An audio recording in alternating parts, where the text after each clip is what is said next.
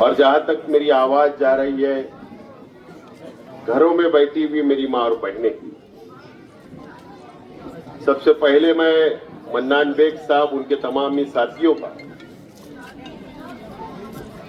शुक्रिया अदा करता हूं कि आज मन्नान बेग साहब ने पार्टी के तमाम ही नौजवान यूथ बॉडी के तमाम ही साथियों का इस्तकबालिया रखा, उनको इस्तकबाल दिया।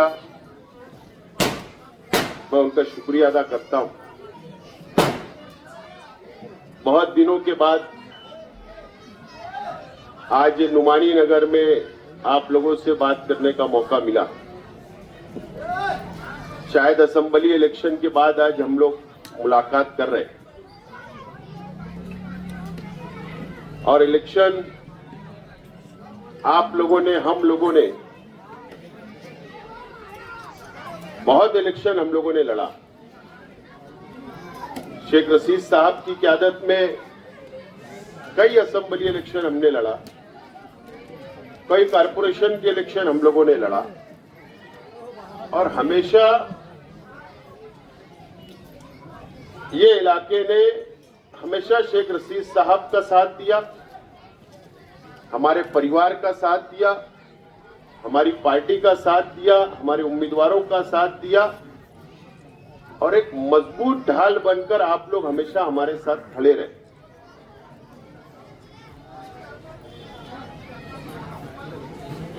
और शेख रशीद परिवार ने, हम लोगों ने कभी भी आपको पराया नहीं समझा।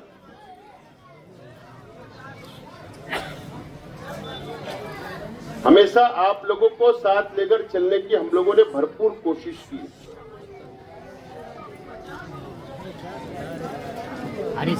इलेक्शन में हार गया, आप लोगों ने मेहनत की, जद्दोजहद की, 162 वोट से हम इलेक्शन हार गए। हम लोग इलेक्शन हार गए। आप लोगों ने मजबूती से इलेक्शन लड़ा, लेकिन हार का सामना हमको करना पड़ा। वापस आप लोगों के सामने एक मौका भी सामने, कॉरपोरेशन का चुनाव, कॉरपोरेशन का इलेक्शन ये 3 महीनों के अंदर हो जाएगा और फिर एक मर्तबा आपको फैसला करना है, शहर के आवाम को फैसला करना है कि मालेगांव म्युनिसिपल कॉरपोरेशन पे कौन सी पार्टी का मेयर बैठना चाहिए। आप किसको बैठाना चाहते हैं, ये बात का फैसला शहर के आवाम को करना है।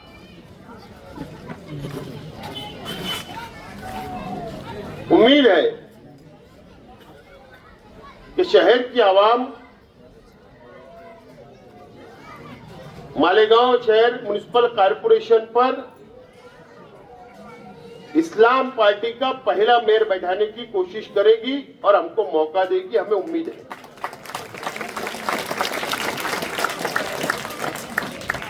ये कॉरपोरेशन का इलेक्शन बहुत अहमियत का है, बहुत अहमियत का है।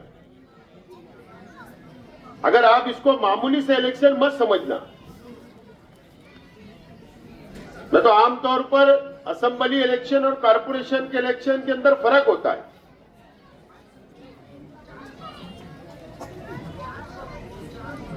असेंबली के इलेक्शन में एक उम्मीदवार होता है जो पूरे शहर का उम्मीदवार होता है, फिर मुखालिफ पार्टी का एक उम्मीदवार होता है। लेकिन वार्ड के इलेक्शन के अंदर जो पैनल है वो 4 उम्मीदवार का होगा। लेकिन हमारे मुखालिफ लोग ऐसी माहौल बनाने की कोशिश करते हैं, हमारे ही अपने वर्करों को बोलते हैं, हमारे ही चाहने वालों को बोलते हैं कि यार हमने असेंबली में कुछ बोला क्या, आपको रोका क्या,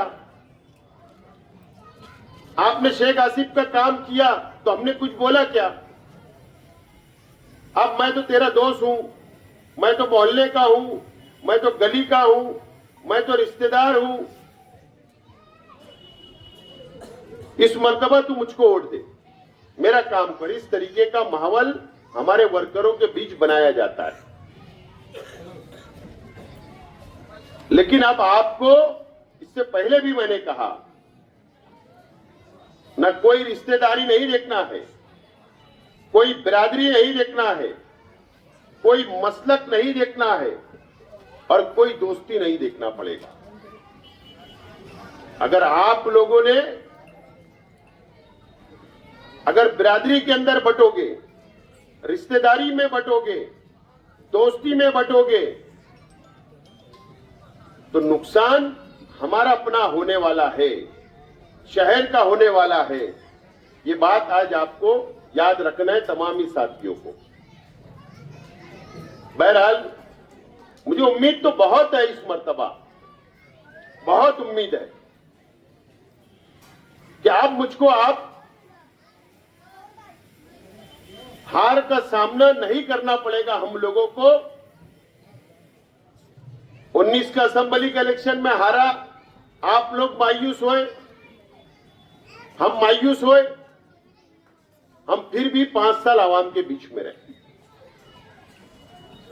फिर अभी इलेक्शन हम लोग हार गए, फिर हम दूसरे दिन से आप लोगों के बीच में हैं, फिर हम आपके बीच में आके आवाम का काम कर रहे हैं। उम्मीद है कि अब हार का सामना हम लोगों को ना करना पड़े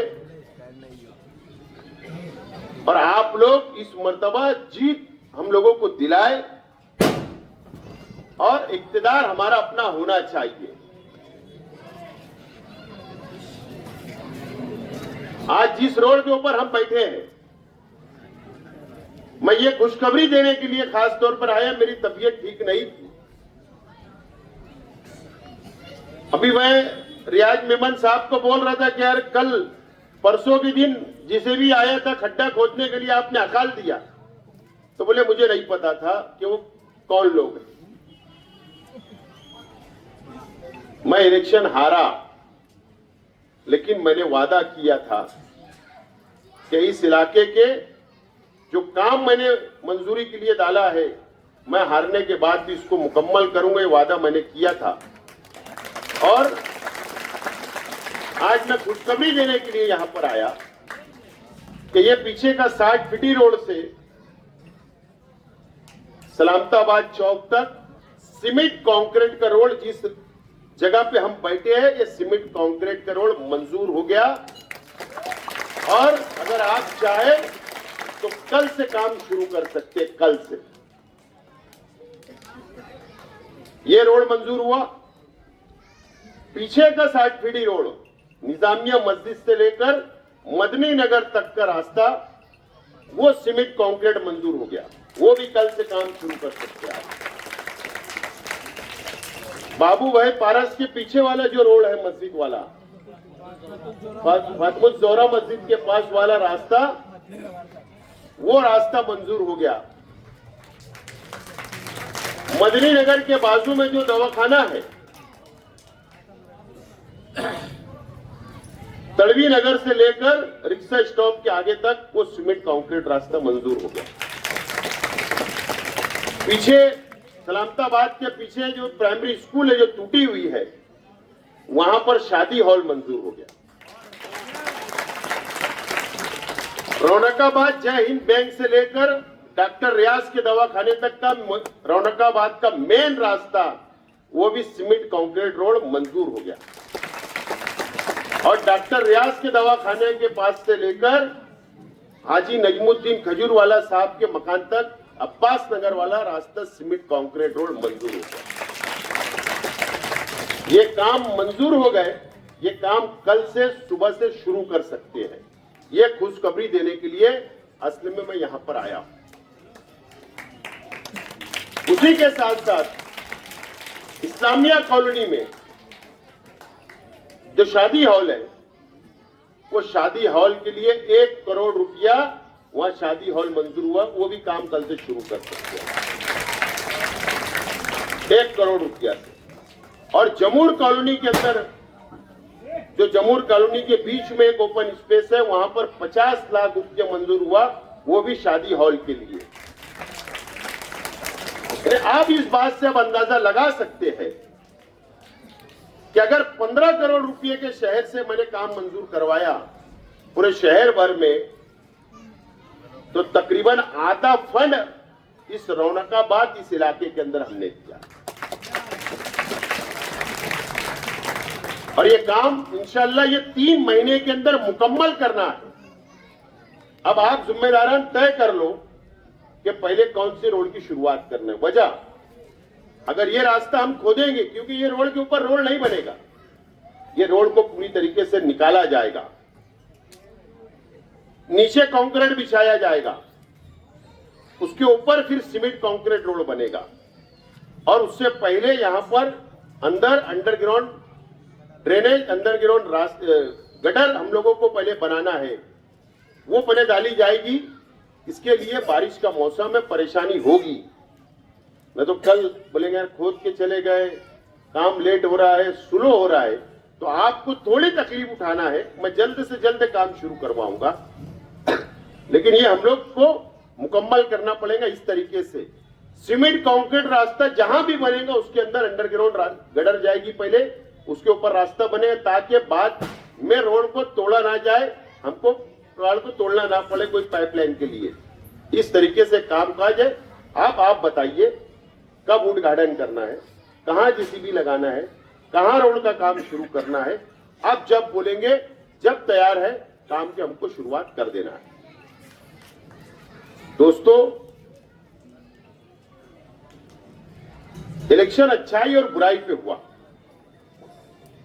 आप लोगों ने देखा असेंबली का इलेक्शन अच्छाई और बुराई पे हो रहा था, और आपने ये 6 महीने 7 महीने के अंदर ये भी देखा कि अच्छाई और बुराई किन लोगों के साथ है।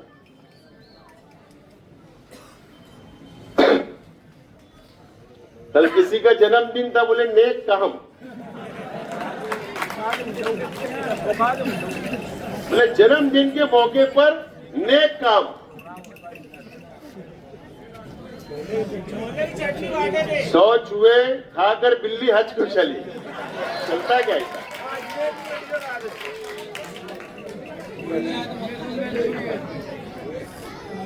बुराई करो माफी मांग लो, बुराई करो माफी मांग लो, फिर अच्छाई और बुराई। बहरहाल हम पीछे हो जाए छोड़ने वाले नहीं है, अच्छाई और बुराई तो हम बताने वाले हैं। चाहे अजमेर के अंदर गरीबों को खाना बांटो, कुछ भी कर लो, बहरहाल ये चीज तो पीछे छोड़ने वाली हम तो नहीं छोड़ने वाले, ये बात तो बिल्कुल तय है। तो ऐसी कितनी बुराइयां जो अच्छाई और बुराई का स्टेज से तकरीर किया करते थे, अच्छाई और बुराई की दुआई दिया करते थे। कई वीडियो ऑडियो वायरल हो रही, कुछ बाकी है, वो तो मटेरियल आने ही वाला, मैं तो बार बार बोल रहा हूं। लेकिन ये शहर की आवाम को फैसला करना है अच्छाई और बुराई का, शहर की आवाम को फैसला करना है। हम तो तामीर, तरक्की, डेवलप, गरीबों का साथ, गरीबों को साथ देकर चलना, और शहर की आवाम को फैसला कर देना है इस इलेक्शन के अंदर। एक इंसान की कैपेसिटी होती है, एक परिवार की कैपेसिटी होती है, हिम्मत होती है, लेकिन बार बार अगर बिरादरी में बढ़कर, मसलक में बढ़कर, रिश्तेदारी में बढ़कर अगर जज्बात में ये शहर फैसला करेगा तो ये शहर के मुस्तकबिल के लिए अच्छी बात नहीं है। मेरा परिवार, हमारे तमाम ही साथी जो मंच पे बैठे, हमारे हजारों जिम्मेदारान कार्यकर्ता, हम आवाम के बीच में रहते, आवाम का काम करते, गरीबों का काम करते, सबको साथ देकर चलने की कोशिश करते, हर तरीके से हम साथ रहते। लेकिन क्या होता है इलेक्शन के समय कि हम लोगों को हार का सामना करना पड़ता है। और मुझे उम्मीद है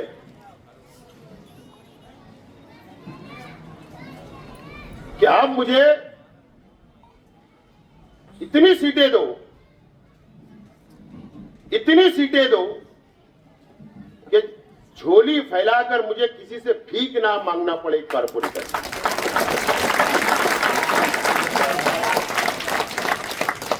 इतनी सीटें दो, 43 सीट परफेक्ट होना मेयर बनाने के लिए, 43 सीट। नहीं तो अगर आप आधा अधूरा मेजॉरिटी दोगे, कम देंगे, तो फिर ये झोली फैलाने का फिर जाना पड़ेगा किसी के पास। ये वक्त तो मेरे ऊपर मत लाइए।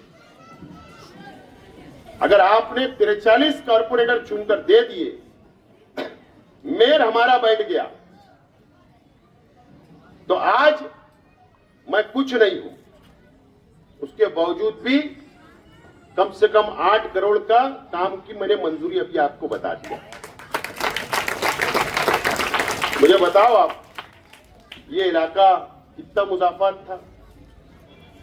तामीरी काम नहीं थे, पानी नहीं था, लाइट नहीं था, रास्ते नहीं थे, सहूलत नहीं थी, लेकिन अल्लाह का करम है कि शेख रशीद साहब ने, हम लोगों ने इस इलाकों के ऊपर खुसूसी तवज्जो दी, कामकाज किया, कामकाज करते रहते।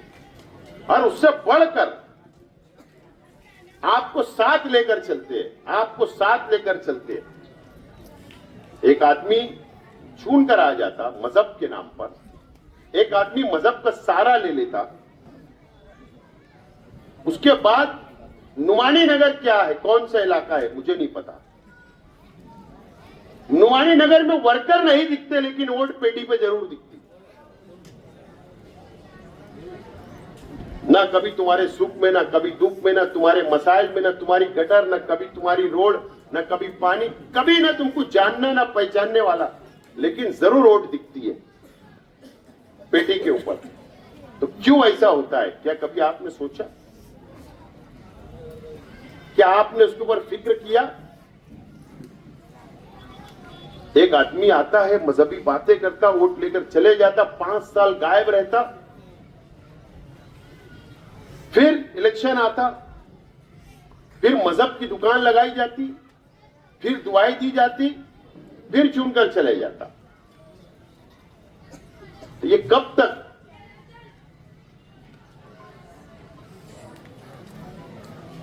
अब इलेक्शन पिटीशन मैंने दाखिल किया, इससे पहले भी किया था। मकसद सिर्फ एक है, इलेक्शन पिटीशन दाखिल करने का मकसद एक है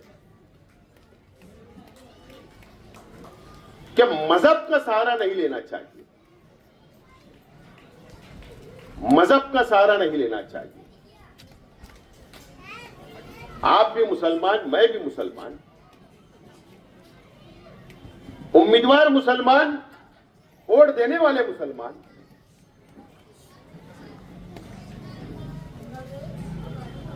अरे मस्जिद के अंदर हम भी नमाज पढ़ते, हम भी कुरान पढ़ते, एक अल्लाह एक रसूल को हम भी मानते। तो मजहब हमारे घर तक रहना चाहिए, सियासत में नहीं आना चाहिए। और बार बार मजहब का सहारा लेकर ये जो इलेक्शन लड़ा जाता है वो बंद होना चाहिए। इसलिए इलेक्शन पिटीशन मैंने फाइल किया। अब इलेक्शन पिटीशन तेजी से आगे चल रही है, कम वक्त में तारीखें मिल रही है, 2-2 हफ्ते, 3-3 हफ्ते की, 15 दिन की, 5 दिन की। अब मैंने सुना हूं कि अब घबराहट शुरू हुई, अब बाकी उम्मीदवारों को जमा किया जा रहा, ढूंढा जा रहा कि किस तरीके से इलेक्शन की तारीख बढ़ती जाए, बढ़ती जाए, बढ़ती जाए। ठीक है, वो कानूनी दावपेच हो सकते हैं, लेकिन अब मुझको नहीं लगता कि 16 सितंबर की जो तारीख है, मुझको ऐसा लगता है कि अब ये केस और तेजी से आगे बढ़ेगा, उस दिन से बहुत तेजी से आगे बढ़ेगा। और उम्मीद है हाईकोर्ट से उम्मीद है कि हिंदुस्तान का तारीखी फैसला इंशाअल्लाह हाईकोर्ट देगी।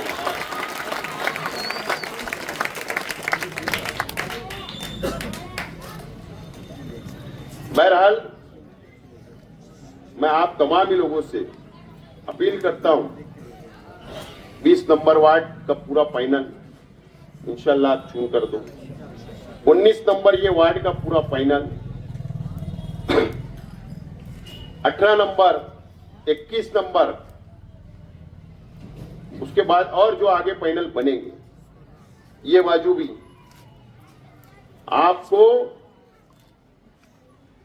मैं बार बार बोल रहा हूं, पार्टी जिसको टिकट दी आपको उसके साथ खड़ा रहना है। हक सबको है, टिकट मांगने का हक सबको है, सब टिकट मांग सकते, पार्टी में झगड़ा कर सकते, पार्टी में आगे अपनी बात रख सकते, लेकिन पार्टी की जो पार्लियामेंट्री बोर्ड होगी जो टिकट तय करती है और पार्टी ने जिसका नाम ऐलान कर दिया आपको उसके साथ लगा रहना है, उसके साथ खड़ा रहना है मजबूती के साथ। हमारी वोट का खराब नहीं होना चाहिए, हमारी वोट इधर उधर नहीं जाना चाहिए, वन साइड हमारे फाइनल को गिरना चाहिए। बहरहाल बोलना बहुत है, लेकिन मैं छोटी छोटी बातें आप लोगों की जहन साजी करने की कोशिश कर रहा हूं।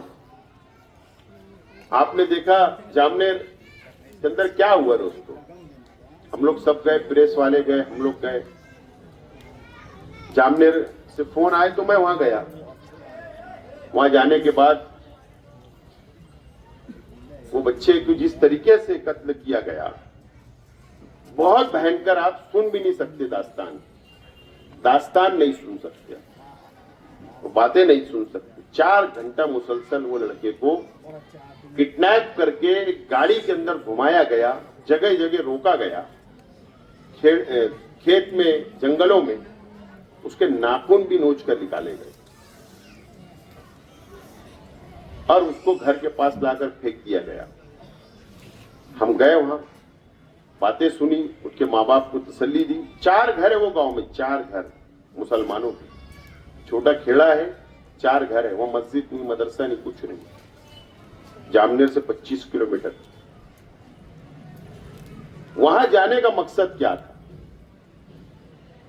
ना मेरा कोई रिश्तेदार है,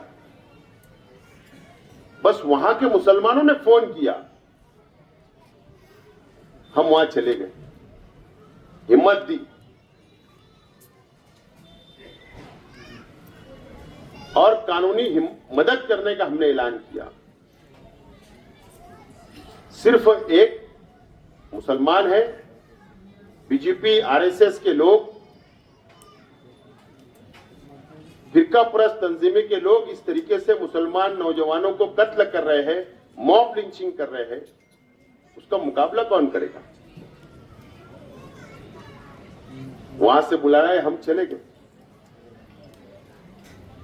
साध्वी प्रज्ञा सिंह ठाकुर यहीं पर तेरे वहां गए ना, पीछे यहां घर है, यही घर है।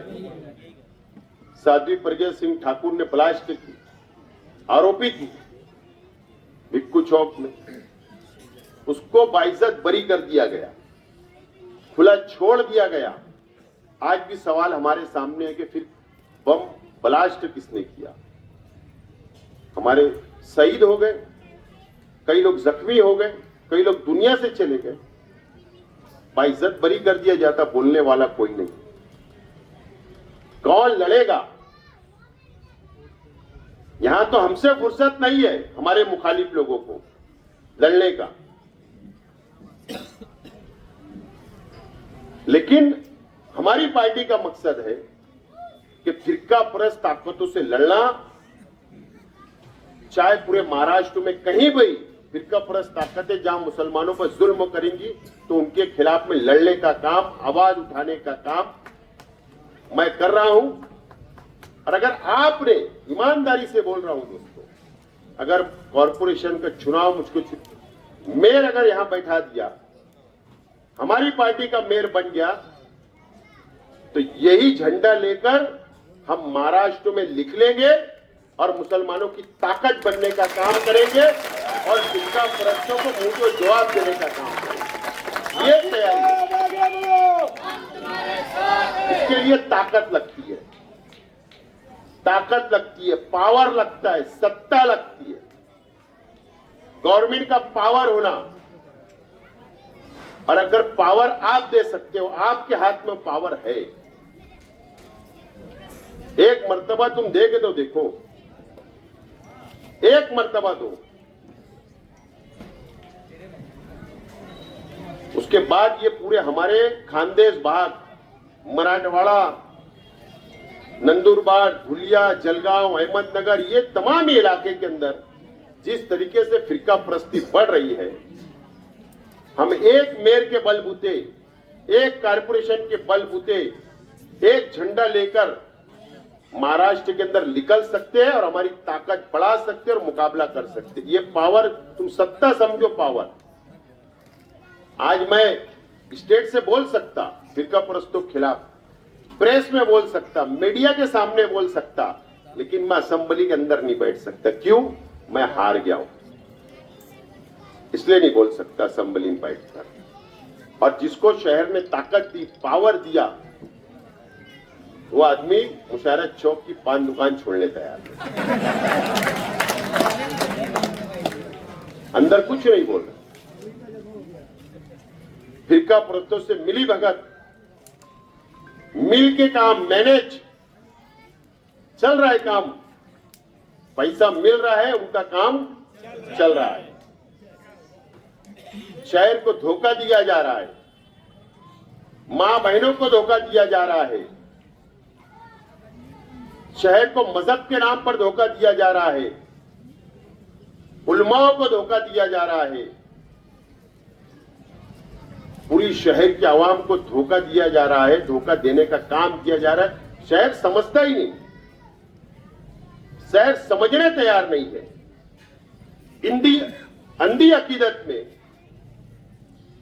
शहर ये तमाम ही चीज बैठकर सोच ही नहीं रहा है कि कौन से रास्ते पे एक शख्स हमको लेकर जा रहा है। ये शहर को सोचने की अब जरूरत है। शहर ने नहीं सोचा, मेरा कुछ नहीं होगा, मेरे परिवार का कुछ नहीं होगा, कोई शिवसेना, बीजेपी, आरएसएस वाले मेरे घर पर आकर मेरे पे हमला नहीं करेंगे, लेकिन देहातों के अंदर मुसलमानों पे हमला करेंगे। ये शहर के मुसलमानों पे अत्याचार होगा, गरीबों पर अत्याचार होगा, छोटा मोटा धंधा व्यापार करने पे अत्याचार होगा। इसका जवाब कौन देगा?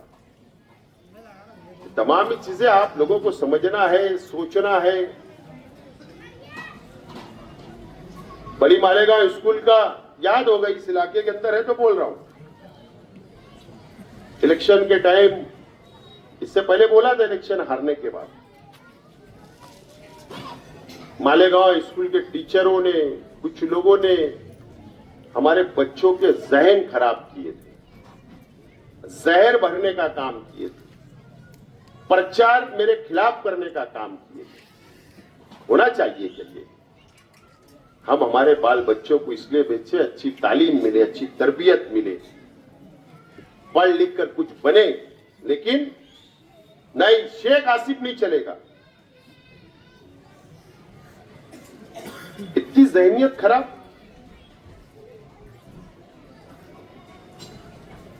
वो बोलते हैं ना, अल्लाह की लाठी में आवाज नहीं है, लाठी दिख नहीं रही, लेकिन आवाज जरूर आ रही है, शहर सुन रहा है। मेरा तो कोई लेना देना नहीं है, मैं तो खामोश हूं, सीधा साधा इंसान हूं। अत्याचार मुझ पर कर लिए, मेरे पे जुल्म कर लिए, मुझे दबाने की कोशिश करे, कब्रिस्तान पहुंचाने की कोशिश करे कि हर जाएगा, मर जाएगा। मैं तो सीधा साधा इंसान हूं, खामोश बैठा हूं, कपड़े संभाल रहा हूं, तमाशा देख रहा हूं, और ऐसे बहुत देखूंगा, मैं कुछ बोलूंगा नहीं। लेकिन सिर्फ मैं इतना बोलना चाहता कि तुम ये शहर को कहां लेकर जाना चाहते हो, कौन से रास्ते पर लेकर जाना चाहते हो, कौन से रास्ते पर। अगर झोपड़पट्टी के बच्चे, गरीब बच्चे अगर वहां तालीम हासिल करना जाते हैं तो तुम्हारी काम है कि उनको अच्छी तालीम दो, अच्छी तरबियत। तो तुम उनके जहन में जहर बनने का काम करते हो। इसके लिए सिर्फ एक आदमी छूट कर आ जाए, जिसके लिए तुमने किया था ना, उसने ही तुम्हारी कब्र खोदने का काम असम्बली के अंदर किया। मैंने तो कुछ नहीं किया, खामोश बैठा हूं। जाबिर मैं गलत बोल रहा क्या? कुछ किया मैंने? पूरा महाराष्ट्र सुन रहा, जिसके लिए तुमने किया, तुम्हारी कब्र वो आदमी ने खोदा। मैं तो कुछ नहीं, खामोश बैठा हूं, बैठे रहूंगा, कुछ बोलूंगा नहीं। लेकिन जाबिर भाई की एक न्यूज मुझे कल बहुत पसंद आई। यार, स्कूल के चेयरमैन साहब को जमानत नहीं मिली, एक पेपर में खबर नहीं। मैं भी बहुत हैरान है ये बात से। असल में पेपर इसलिए छपते हैं शहर के अंदर कि शेख रशीद परिवार के खिलाफ कोई न्यूज मिल जाए। मुझे ऐसा लगता है इसके लिए सिर्फ छपते हैं, क्या कोई गरीब के ऊपर अत्याचार हो जाए तो छपते हैं। ये सोचना पड़ता है हमको। अरे हमारी भी नजर है, हम भी देखते हैं, हम भी पेपर पढ़ते हैं, लेकिन नहीं, ऐसा नहीं लिखना चाहिए। साफत किसको बोलते हैं? कलम उठना चाहिए, लेकिन कलम नहीं उठ रही है। ना जाने ऐसा क्यों हो रहा है। सवाल तो ये है, शहर सोच रहा, बोलता नहीं, अलग बात है, गरीब लोग है बेचारे, क्या बोलेंगे। लेकिन मैं बोल रहा हूं, सवाल है, ठीक है, जनरल चर्चा है। कई लोगों की ब्लैक हो जाती न्यूज, हट जाती न्यूज, अखबारात में खबर नहीं आती, हमको दिखता है। कोई बलात्कार भी कर लेता तो उसकी खबर नहीं आती, लेकिन झोपड़पट्टी का लड़का कोई लड़की भी छेड़ देता तो उसकी खबर बन जाती है। ये तरीके कहां ले जा रहे? मैं यही बोलना, सिर्फ सवाल कहां जा रहे हैं, किस रास्ते पर लेकर जा रहे थे शहर को, किस रास्ते पर लेकर जा रहे थे। ये शहर ने संजीदगी से बैठना चाहिए, सोचना चाहिए, समझना चाहिए। अरे तो तुमको कोई हक वक नहीं है कि तुम कौम और मिल्लत की बात करे, मुसलमानों की बात करे, शहर को बचाने की बात करे। तुमको हक वगैरह नहीं है, कोई हक नहीं है। पहले अपने अंदर झांको, अपनी खुद की इस्लाह करो, उसके बाद दूसरों की इस्लाह करना। लेकिन ये तमाम चीजें शहर में खत्म होती जा रही है, धीरे धीरे धीरे धीरे खत्म होते जा रही है। बोलने वाला कोई नहीं। उम्मीद थी कि कुल जमाती तंजीम को सलाह दिया था, मशवरा दिया था, आज तक जवाब नहीं आया। कल देखा एक यूट्यूब पर कि मेमोरेंडम देते हुए एक साहब नजर आए। जब मैंने लाइन में देखा, वो मेमोरेंडम के अंदर 2 आदमी के ऊपर छेड़खानी का इल्जाम है। अब वो हमारी क़यादत करेंगे 12 रबीउल अव्वल को, ऐसे लोग हमारी क़यादत करेंगे।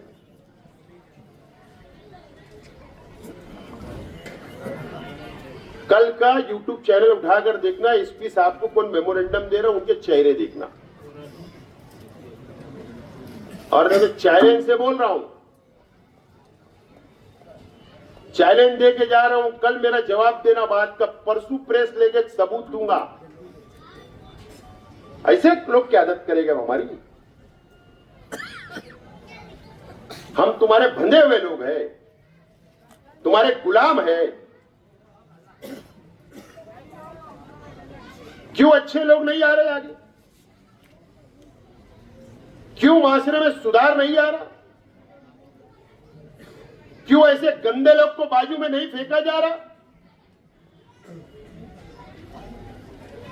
कोई भी दीनी तंजीम हो, अच्छे लोग आगे आना चाहिए, हम कबूल करेंगे।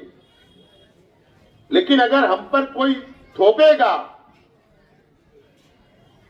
बुरे लोगों को थोपेगा, गंदे लोगों को थोपेगा, बाल बेटी को छेड़ने वालों को हम पर थोपे जाएंगे, तो हम ये बर्दाश्त नहीं करेंगे। मजहब की ठेकेदारी नहीं किसी ने दी तुमको। और डिपार्टमेंट से मेरी हाथ जोड़कर गुजारिश है कि ऐसे गंदे लोगों को जुलूस से अगर दूर रखा जाएगा तो मैं डिपार्टमेंट का शुक्रिया अदा करूंगा, इस्तेकबाल। जश्न ईद मिलादुन नबी सल्लल्लाहु अलैहि वसल्लम के जुलूस में गंदे लोग होने ही नहीं चाहिए। एकदम साफ तौर पर मेरा बोलना शहर की आवाम से, आप आवाज उठाओ, आप आवाज उठाओ, आपका हक है, आवाज उठना चाहिए, आवाज निकलना चाहिए। लेकिन कोई बोलने वाला नहीं, खामोश है, सब चल रहा है, हड्डर्मी चल रही है, दादागिरी चल रही है, कोई बोल नहीं रहा है, सब खामोश। ट्रस्टों में भी बने रहेंगे, ट्रस्टों में भी बने रहेंगे, हड्डर्मी से छोड़ेंगे नहीं। छोटे छोटे गरीब उलमाओं को, मदरसे के लोगों को, दरगाह के लोगों को दबाएंगे, हटेंगे नहीं। अगर ऐसा ही रहा तो ठीक है, लेकिन फिर हमारी इस्लाह करने मत आना, हमको तुम बताना मत अच्छाई और बुराई। इस तरीके से काम ये शहर में चल रहा, कौन बोलेगा? बाकी बहुत सारे मटेरियल बोलने के वक्त बोलूंगा, लेकिन क्योंकि इसके बाद कोई जलसा नहीं होगा, 12 रबीउल अव्वल तक कोई प्रोग्राम नहीं होगा, मेरी तकरीर नहीं हो पाएगी, इसलिए आज मीडिया के सामने शहर में ऐलान कर दे रहा हूं, मैसेज पहुंचा दे रहा हूं, मशवरा समझो, लेकिन इस पे मंथन, इस पे बहस होना चाहिए, इस पे बात होना चाहिए, उलमाओं को बैठना चाहिए, जिम्मेदारान को, तंजीमों को बैठना चाहिए। जुलूस निकालने वाली मोतबर तंजीम है, 100 साल रिकॉर्ड है, उनको सर जोड़ कर बैठना चाहिए और सोचना चाहिए कि कहां से कौन सी आवाज आ रही है, कौन अपील कर रहा है। ये तमाम ही चीजें सोचना चाहिए, लेकिन खामोश है, सब शहर खामोश है। इसलिए आज मैं बोल दिया, कल गाली पड़े तो भी तैयार, तनकीद हो तो भी तैयार है, अपनी तो सब तैयारी, अपन सब प्रूफ है, वो बोलते वाटर प्रूफ, ब्लड प्रूफ, क्या सब अपन तैयार है, जो तनकीद करना करो। और इसलिए कि सच्चाई पे, हम सच्चाई पे है, सबूत हाथ में रख के शेख आसिफ बात करता, बिना सबूत के शेख आसिफ कभी बात नहीं करता। बहुत खुल के बोल सकता, लेकिन मां बहने मेरी बातें सुन रही, इसलिए थोड़ा दरगुजर कर रहा हूं। लेकिन अब ये शहर के तालीमी आधारों को भी संजीदगी से लेना, उनको भी बैठना चाहिए, समझना चाहिए, अपने स्कूल के टीचरों की भी इस्लाह करना चाहिए, मदरसे के अंदर दीनी तंजीमों को भी बैठना चाहिए, उसकी इस्लाह होना जरूरी है। ये बहुत जरूरी है, ये तमाम ही टॉपिक। जब तुम अच्छाई और बुराई की बात कर रहे हो, जब शहर को सुधारने की बात, कोई कमेटी बनी, शहर सुधार कमेटी, उन्होंने भी बैठना चाहिए। कमेटियां बनती है, काम होता है, बात होती है, तो सब बैठो, तालीमी अदारे बैठे, दीनी तंजीमें बैठे, बुनकर बैठे, मजदूर बैठे, समाज के हर तबके के लोग बैठकर सोचे शहर कहां जा रहे हैं। जब बुराई खत्म होगी, बुराई ऐसे खत्म होने वाली नहीं है,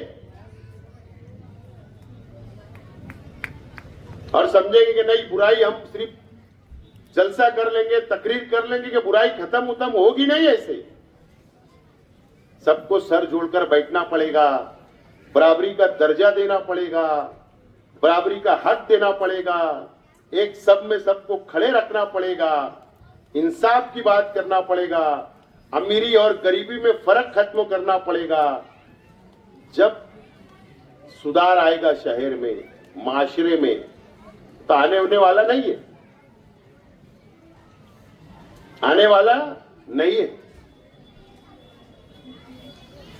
एक ब्यूटी पार्लर की भी जो गलत है गलत, ब्यूटी पार्लर में जो कुछ हुआ उसकी मुजम्मत, लेकिन दूसरी बाजू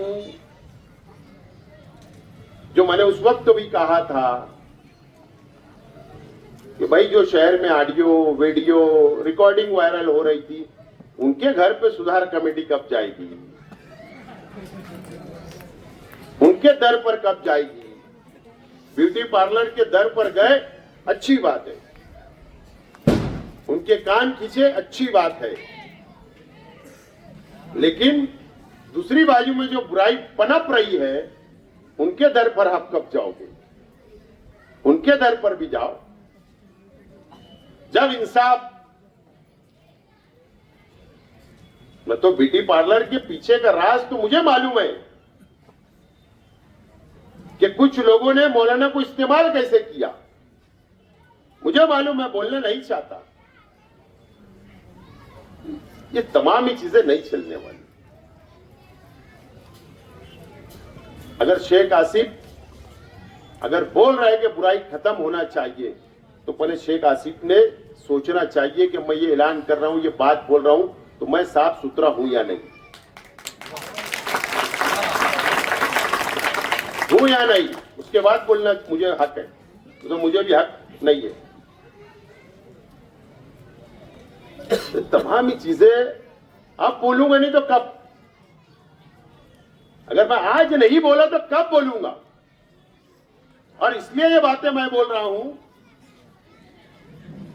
क्योंकि आपने मुझे हक दिया है, शहर की आवाम ने 1,10,000 वोट दी, आपने हक दिया तो मैं बोल रहा हूं।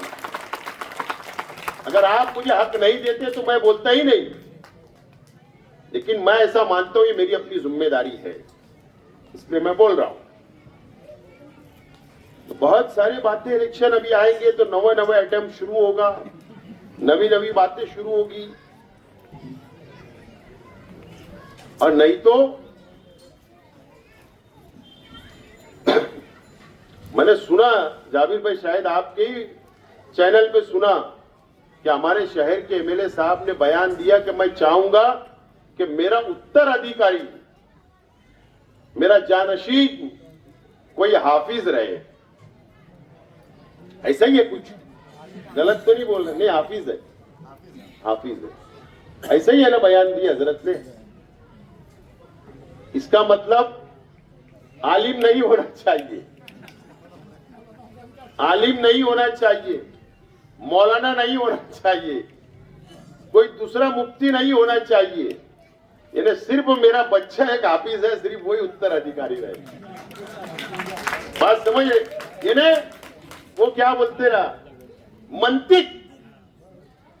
मंतिक बातें, दरमियानी बातें जो पकड़ में ना आए।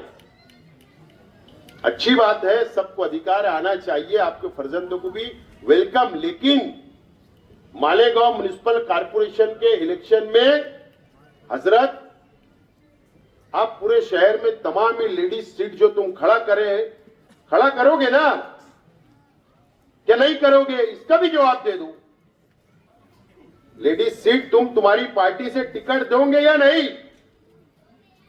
क्योंकि तुमने असेंबली के इलेक्शन के अंदर पॉम्पलेट निकाला था कि लेडीज को वोट देना नहीं। तो क्या सवाल है, क्या आप कारपोरेशन के चुनाव में लेडीज उम्मीदवार नहीं उतारोगे? और अगर आप उतारोगे तो फिर आप तमाम ही लेडीज उम्मीदवार आलमा उतारोगे क्या? या तमाम ही सीटों के ऊपर जो जेंट्स उम्मीदवार रहेंगे वो सिर्फ हाफिज रहेंगे क्या? ये ऐलान कर दो, ऐलान कर दो। तुम्हारा जानशीन हाफिज होना, नया पूरे वार्ड का कारपोरेटर हाफिज नहीं चलेगा तुमको, इस्लामपुरे से हाफिज नहीं चलेगा, नहीं। तुम्हारा लड़का जानशीन होना एमएलए के लिए, इसके लिए हाफिज, लेकिन दूसरी कैटेगरी आप नहीं मानोगे, आप सबको दोगे। तुम्हारी जब लिस्ट आएंगी ना, जब जलसे में पढ़ के बताऊंगा, जो लिस्ट तुम डिक्लेयर करोगे ना उम्मीदवारों की, तो जब हम बताएंगे कि तुम्हारे उम्मीदवार के अंदर कितनी अच्छाई और बुराई है और कितने कारनामे हैं, उनका फाइल खोलेंगे फिर हम। तो अपने मुफाद के लिए अच्छी बातें बोलना, अपने वर्करों के कान को खुश करना, और जहां पर अपना मुफाद नहीं रहेगा वहां माल डब्बे में काम चलते रहे, बस इस तरीके का सब छचन होगा, छचन होगा। बाजू में अजीज कल्लू स्टेडियम के अंदर फिर अभी इस्तेमा का ऐलान हो जाएगा, आपा का इस्तेमा है, फिर माँ बहनें बिचारी जाएगी फिरदौसगंज की, महवी नगर की, नुमानी नगर की, दातार नगर की, फिर वहां पर धीरे धीरे धीरे धीरे बोलते बोलते फिर भैया, फिर मजहब के नाम पर वोट मांग लेंगे। मैंने तो सुना कि अभी शहद भी फूक कर दे रहे, माल ले रहे, ये सभी लीला नहीं है, मेरी मालूमात पक्की है। शहद फूक कर, तावीज, गंडा, क्या क्या है, लेकिन 5,000, 15,000, 25,000, 51,000 का पैकेज धंधा चल रहा। दुआ अल्लाह से मांग लो, पैसे लगते क्या? जहां दुआ के पैसे, तावीज के पैसे, शहद के फुगाए पैसे, बात खत्म हुआ, नियत खराब, माल डब्बे में। तो ये तमाम ही चीजें जब शुरू है गांव में, सब तरीके से सिर्फ वोट हो जाए, सत्ता मिल जाए, माल हम कमा ले, घर भर जाए, करोड़पति हो जाए, मुफाद हासिल हो जाए, शहर जाए, इस तरीके का काम ये शहर में चल रहा है। बहुत समझने की जरूरत है, बहुत सोच समझ के समझने की जरूरत है इलेक्शन को आपको। बहरहाल बहुत ज्यादा वक्त ले लिया, बस मुझे किसी के सामने जाकर झोली ना फैलाना पड़े, हाथ ना फैलाना पड़े, वो आप कर सकते हैं। अगर आप बढ़ गए, आप भटक गए, तो फिर ये चीज हम मेयर नहीं बना पाएंगे, वही काम फिर आगे आएगा जो मैं नहीं चाहता। उम्मीद है आने वाले कॉर्पोरेशन के चुनाव में आप अभी से बेदार हो जाओ और पार्टी को मजबूत करो। आखिर में मैं मन्नान सर, उनके तमाम ही साथियों का शुक्रिया अदा करता हूं कि अच्छा प्रोग्राम आपने रखा, हमारा इस्तेकबाल किया। मैं आपको शुक्रिया अदा करता हूं।